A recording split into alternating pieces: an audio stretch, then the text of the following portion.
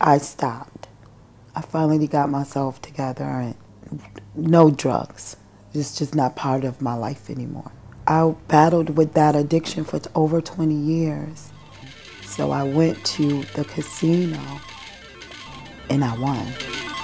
I didn't win a lot, but it was more than what I had. So now I was like, I started feeling good about doing it. And I need to let you know, those are the same feelings I had when I first started doing drugs. I felt good about it. I felt euphoria. I won. I can do this. This will not create a problem in my life. And I went back the next day. I knew for me, just that little act of maybe playing that one day or that one game at the table would have been like the first drink for me, or the first line of cocaine off the mirror. And so I know, for me, that I can't gamble safely. People that may have 5+ years in recovery will go out to the casinos for enjoyment and end up becoming addicted to gambling there. I just don't think there's enough awareness, enough education about how that triggers the addicted response or the addictive behavior. I didn't have any awareness while I was going through my treatment program about gambling and what it could do to me. So I thought it was okay for me to go inside the casino and gamble, not knowing that I was putting another monkey on my back.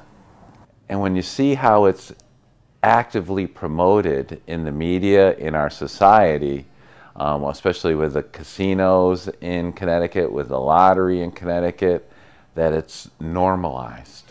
Gambling is seen as exotic, entertaining, promoted, and very rarely do you hear the downside and the dangers and how devastating it can be to a person and to their entire family.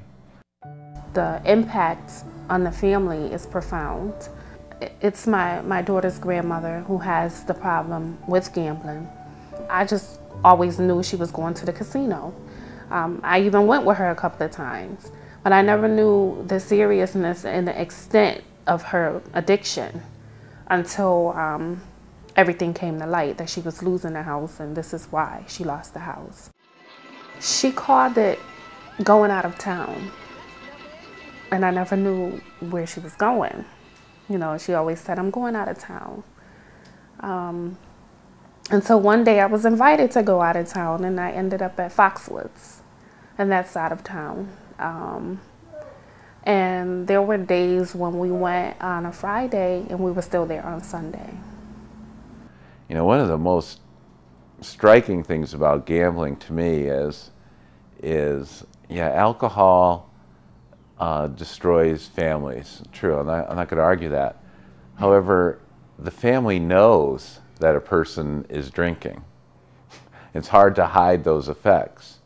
Gambling gets lost in a lot of other addictions or behaviors, and we have treatment for all addictions and we have supports for all addictions, and why wouldn't gambling be included in that? I think it must be. I think what we need to do is be part of that education and awareness.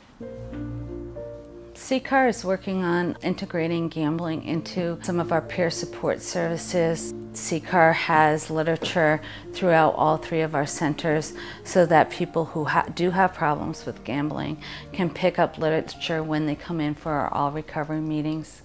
We hope in the future to possibly incorporate gambling into our Recovery Coach Academy curriculum, as well as telephone recovery support scripts for calling individuals that are in recovery.